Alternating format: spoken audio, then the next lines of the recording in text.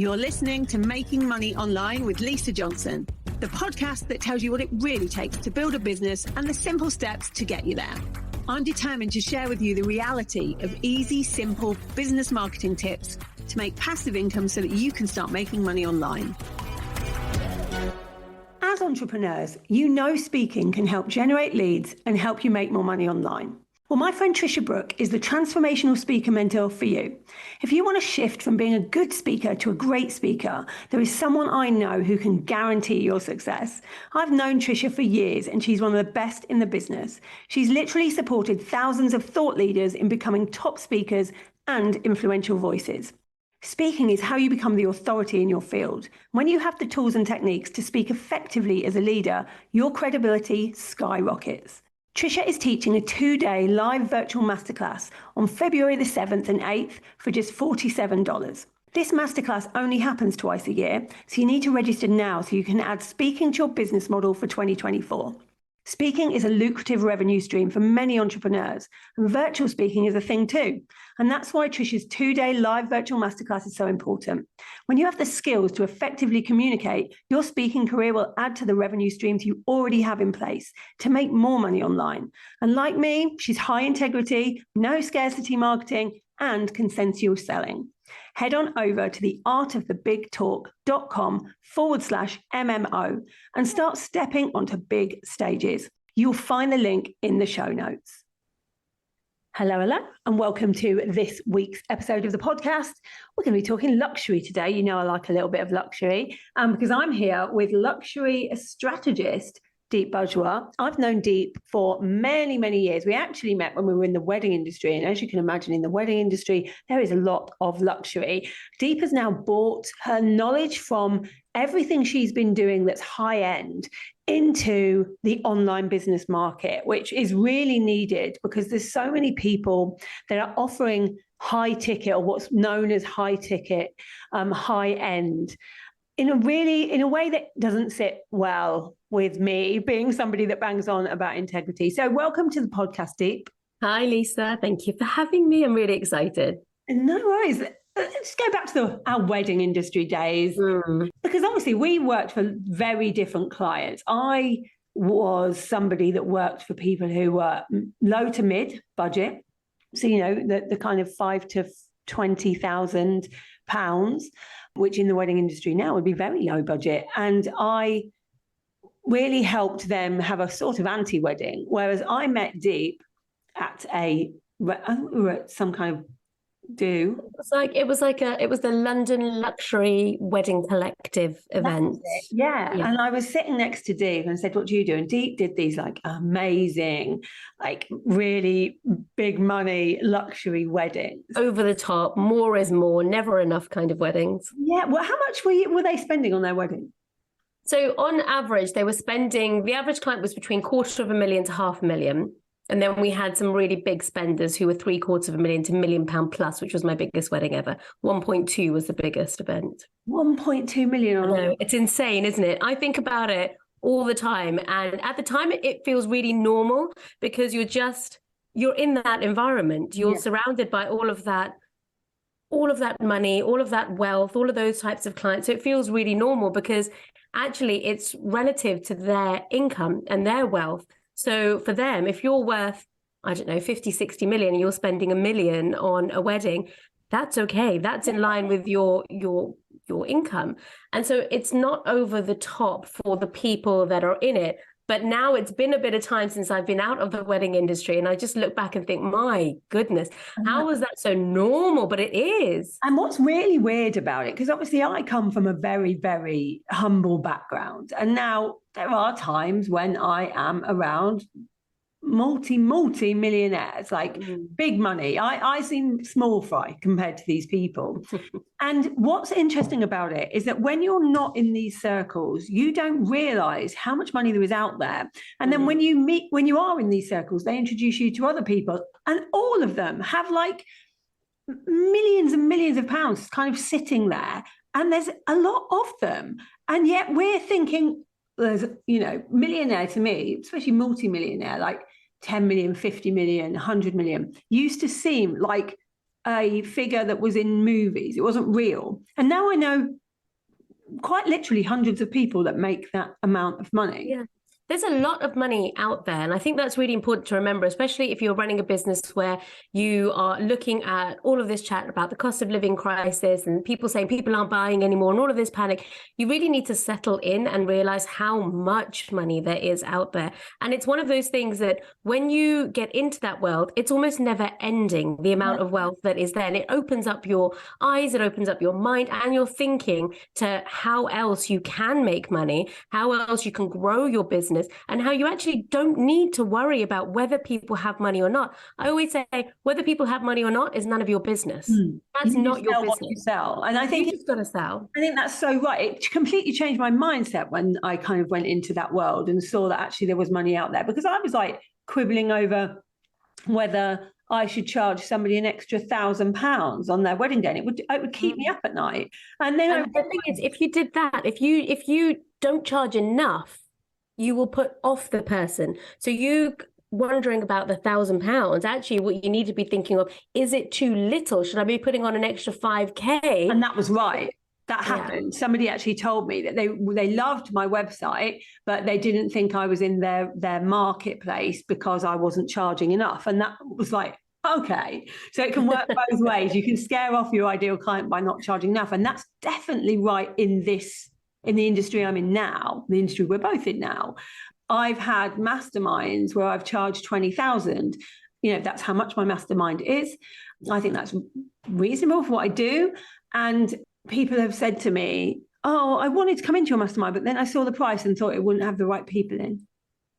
Because it can repel as much as it attracts people. And people can look at it. And there is this... there is a correlation between people thinking quality versus how much something costs. So if you are not charging enough, the first question that goes in their mind is this going to be good enough? Or maybe this person doesn't know, and clearly they don't understand. So if I'm charging 35,000 to plan your wedding and someone else comes along with a 5K quote, what do you think the person who's holding both proposals is going to think? 5K, they don't know what they're doing. 35K, this person is going to do a lot. And we always did do a lot. And even in the coaching business, we do a lot. We give a lot, but that's expected when you're paying that amount. Let's talk about that, giving a lot. So there's a lot of coaches out there teaching high ticket, as they call it. And their basic premise is to just add a zero onto the end of whatever they're charging, call it high ticket or VIP, and do the exact same thing. And I've seen this so many times. And I'm kind of like, people say, well, if people are willing to pay for it, but there has to be some kind of ethics around this, right? There has to be. There has to be a real marker as to what you're actually providing. If you're saying something is high ticket, it has to be high ticket and it has to be a high-end experience. It can't just be add another zero on the end, call it VIP. Say, it's one of my pet hates in the wedding industry was when people would say, oh, bespoke this and bespoke that and luxury this. You don't have to say those things to be it. You just have to be it. And if you carry on down that mode of just putting another zero on the end and not actually giving the experience, people will find out. And that is very short-term thinking. So you have to actually look at the entire customer journey and realize that there's so many different points in that journey that you have to step up if you are going to be charging people more money. And it doesn't have to mean that you throw money at the actual experience, although there is an element of that as well. But look at the quality of what you're providing. Look at the time that you're giving. If you're bringing in other people to help you, look at the quality of those people as well. What do they walk away with? On top of that, what is their ROI off of what you're getting? Yeah, and the ROI is really important, isn't it? Because we often talk about we don't talk about ROI in this industry, but if you're doing high ticket, I think there has to be an ROI. There must be, because let's say your master, the first time I came into one of your masterminds, the first one, I think it was 7 or 9K at that time. I, within 6 months, made 70,000 off of what you taught me in that mastermind. That is gold. That is a huge ROI. This is why I never hesitate to spend money with you. I'll spend money with you over and over and over again because I know I'm going to make my money back and then some and continue that. So if you are providing something which you're saying is going to give you that great ROI, you've got to make sure that, one, you back it up. You've got other people who have done that. So you have to grow your trust with people via social proof.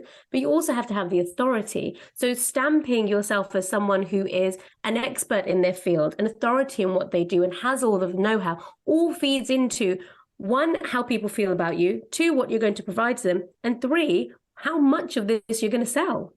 So if somebody comes to you and they're like, because you now help people to craft high ticket experiences and offers. So if someone comes to you and is like, so I have a £3,000 package, let's say, and I help people to start a podcast, for instance, but I want to do high ticket. Where do you start with that?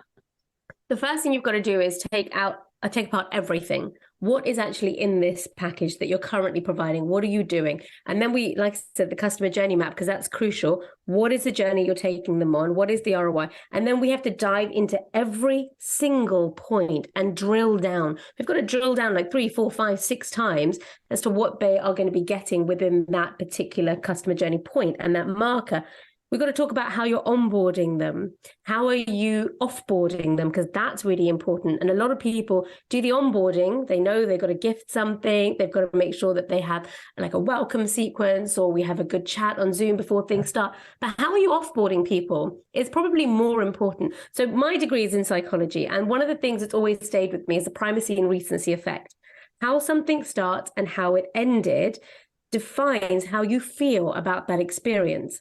That means that things maybe will go wrong in the middle. I mean, in business, it always goes a little bit here, a little bit there. You've got to bring it back, and it's how you actually approach when things go wrong is really important. You've got to start it right, and you've got to end it right if you want people to report that they had a great experience with you. So we have to look at all of those elements. And on top of that, we need to talk about delightful surprises. You have to surprise your clients. You cannot keep everything as what they've expected. One of my favorite things, right? Have you ever had like a mindful chef box or Gusto? Right. So whenever you get those boxes, you know what you're getting inside that box, right? You know, you're getting those 5 bags, all your ingredients. Yeah. Yeah. You got a recipe card. You know you're paying for that. And so you look forward to that. But the thing that gets more people excited about those boxes, me included, is the free thing that you don't know what it is. You don't know what's coming. Might be a little neon spray, might be a little vitamin gummy. It's just a promo thing that's in there. But people get more excited about that because they don't perceive that they have paid for that thing. So this is an extra. We do a bit of that. So in DI, we don't tell people they're getting a welcome gift. We tell them what they're getting, you know, they're getting the calls, they're getting all of this. And we kind of don't really tell people much about the welcome gift. But we actually put together a welcome gift that is, nearer to it's amazing. Can I just say it's amazing? I'm the recipient of one, and when I got it, my heart jumped for joy, and I thought, oh yes, this is lovely. Because it's luxury, and I love the surprise of getting something that's luxury that you weren't expecting. Like that makes me. Someone once said to me in a mastermind that they'd gone in and they'd worked with somebody. And actually, the thing wasn't very good, but they still rave about it because they sent them a really, really nice gift every month. And it's funny what our minds hold on to. Like they remember that over the fact that actually I didn't learn anything, but that doesn't matter because I got this thing. A nice gift. But it does make a change because people remember how they feel, don't they? That's it. You've got to make people feel looked after. You need to make them feel appreciated, and your clients have to matter to you. Because if they don't matter to you, what are you doing this for? If you are in a business that is client facing, people have to be top priority for you. If your clients are not happy, that has to be your number one priority. Okay, how do I make them happy? How do I get this back? And it can't come from a place of being defensive. And this is a thing that I see a lot of people make a mistake. Someone comes and says, well, I'm upset about this, or this happened and I wanted X, Y, Z to be the case. You could very easily go in and say, no, we didn't do that. And that's not the case. And here's all the evidence. But what you want to do is take a beat and look at that and think, well, okay, so this person is clearly upset. And they're my client. I don't want them to be upset. I don't think what they're saying is entirely the case, but I need to understand a little bit more. So you ask more questions, you make them feel heard, and people don't listen enough to their clients. If you listen to them, one, they'll tell you everything you need to know to give them the best experience, but then they will feel like they matter to you and they will tell everyone about you. It's how I ran my business in the wedding industry. We never advertised. No, you Just had an Instagram page. We just never advertised. We didn't do any marketing. We got features, but those were just ones that went viral because we had celebrity clients and we managed that. But we didn't go and do the blogs, although I was always told I should go and do the blogs and do the style shoots, and I just couldn't be bothered. I always like the quickest route. I think you and I are really similar. What's the quickest way to get this done? Well, I think you do that now. Like, I know that you work with some pretty amazing clients now, and that some of the people that we see out there that are coming out with really good high-end offers that people are loving have worked with you. But I don't see you doing a mass amount of advertising either. Don't need to. Because referral, this is a good thing. Like, if you're going to go high end, if you're going to do high ticket and you're going to do it well, not just with lip service and adding a zero on and saying you're worth it, but actually giving people a VIP luxury experience, you will get referrals, and that can run your business for you. That really can. It ran mine for 14 years. And it's been running this. How long have I been doing this? Almost 4 years now. Yeah. I've been doing this. It can run itself, or you don't need to rely on other marketing. I'm not saying that you shouldn't. You should do other things as well. I'd never say don't do anything. You should do other marketing. But by far, the biggest thing that you need to concentrate on is what people say about you. What is the word on the street about you? What is the whisper in the ear? Because that's what you want to be. That's the thing that, now, if you say to me, I say I'm looking for, I don't know, let's pick something. I'm looking for a tech VA as an example, right? Yeah. And I'm trying to find one online and looking around, and you say, do you know what, you need this person. They're amazing. You're going to love them. I've never had a problem with them. They've been incredible. If I have had a problem, they sorted it out straight away. I will stop my search there and then and go straight to that person because I trust you. And then it means I trust that person by proxy. And you said how amazing they are. That is gold. That is what everyone's aim needs to be, because you're going to get, it's a given. It's a given that I will go with that person. And it's a given that someone will go with you if someone else that they trust says, I trust this person, and they're good for you. That has to be the number one thing that you work on in your business. And yet people aren't really thinking about that. And there are definitely coaches, especially out there, who... more emphasis on the especially. There are lots of other people that I'm sure do this, but I've seen a lot of coaches with these high-end packages that overpromise. Actually, you don't know what's in the package. If we're honest about it, they're just saying it's a 100K package and I'll teach you how to have a 100K package, but there's nothing actually in the package. You're just teaching them how to do the same thing that you do. We call that a pyramid scheme. Yeah. So there's that going on. And then because it's overpromised, when you're in there, and I've done things like this, like I paid £75,000 for a very overpromised thing last year.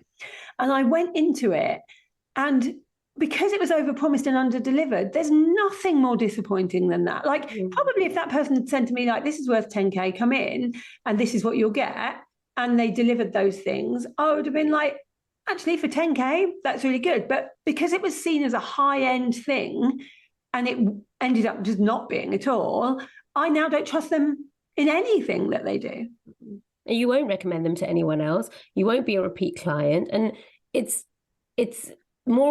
easier to sell to someone who's already been your client. So it's a missed opportunity for them to not actually create something that's worthy of the price.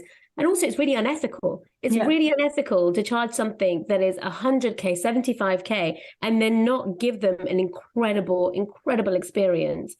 It's not okay, and I see too many people doing it, but maybe they don't know. I mean, the really innocent part of me thinks maybe you don't know. Oh, you're so much nicer than me. Maybe you don't understand, or maybe you're just conniving. It could be one or the other. I think one of the things that you said really rang true, and that was how you onboard and offboard people. There was no onboarding for this. And I think onboarding really sets the tone for how the experience is going to be with you. Like, even in my lower priced courses, so like One to Many, which is a £2,000 course. Yeah. During that, I do an onboarding call where it's basically a orientation of here is what you can expect, and this is what's going to happen, and this is what you need to do, that this is the team, all of those kind of things. And I know most people don't do that. They just go straight into the course. But I want to set an expectation for people. And I think a customer journey is really important. Like, not just thinking about the sell, but what happens all the way through after that, right to the end. The thing I probably need to work on that I've just learned from you is the offboarding, because I don't think we think about that as much, do we? No, we just think, well, I've done my bit and they've learned and they're obviously doing really well and all of those kinds of things. And that's it. But actually, you've got to think about how you say goodbye to them as a client. How do you let them go? How do you talk about, well, what happens to you next? So at the end of my mastermind around last year, the last session that we have with clients, last official, I will always say bye to everyone individually and have like a little Zoom with them and make sure they're okay. But the last official session is always a future success blueprint. So what are you going to do now you leave? You walk on from here. I want to make sure that you have continued success. You're always welcome to come back to me, but let's work this out. Let's create these steps for you. So when you walk out of this door, you know what you've got to do for the next 6 months to a year. And that means that you have a great time afterwards as well, with continued increased income, with greater clients, with more brand visibility, all of the things that matter. They love that because it means that they don't, it's not a dead end. Yeah. Everything finishes and okay, goodbye, you're on your own now. Yeah. Which you can feel like that, can't it? Yeah. Amazing. I love all of this. I love talking about this I never really talk about high ticket in a big way because I really don't want to be seen as one of those people that advocate for just going, charge a 100K package, make yourself exclusive by basically just saying you're exclusive. And that it's 100K, but there is a way to do high ticket ethically, and there is a way to have a high level experience, depending on what you're giving people. And I love that you're doing it the right way, and I love that you're doing it really well and teaching other people how to do it well, because that you're going to cause a ripple effect of how people do things, which is amazing. So if people want to come and they're thinking, do you know what, I could do a VIP version of this, I could be luxury, where's the best place for them to come and find you? Well, come and find me on my Instagram. You can come and find me on my personal profile. You can go to my website, it's deepbajwa.com. On Instagram, I'm Deep Bajwa Luxury Strategist. I'm in a lot of different places. On Facebook as well, there's my group, the Luxury Business Lounge. What I want for people to understand is that I believe almost every business has got a high ticket element to it, and it might be different for your clients. Now, if you're charging you've got 3 different levels in your business. You've got something which is £100, £500, and £1,000. That 1,000 is your high ticket according to your matrix in that sense. So even within that, you've got things that you can do that make the experience better. There needs to be something that is different, and there's different versions of luxury as well. Because what is luxury to one may not be luxury to the other, but it can still cost 20,000. It can still cost 30,000. But one could be traditional luxury, one can be relaxed luxury. So if you're sitting there thinking, "Oh, it won't work for me," or "I'm not luxury myself," please stop that. Don't think like that. It's always a different way. And that's what we talk about in my world and within all of the things that I do with my clients. So if you want to have a chat about that, come and find me. Just drop into my DMs. I'm really open to people just messaging me, and I will come back to you. Amazing. Thank you for being here, Deep, and for giving us this wisdom. And there's definitely things that I know I could do in my business to make it a more luxurious experience. And I think we all, when we think about it, can do that too. So thank you for letting us pick your brains on this. And thank you guys for listening. As always, I love that you still tune in. I love that you tell me how you're feeling about the podcast that I do. And I love the emails I receive from you. So do continue to tell me, because it makes me know what episodes you like. And then I'll bring more of that for you. But have a good week, whatever you're doing this week. And I will speak to you next week. Thank you for listening to Making Money Online with Lisa Johnson. If you'd like to get hold of my guide to launching, go to lisajohnson.com/launch and let's get you making money online.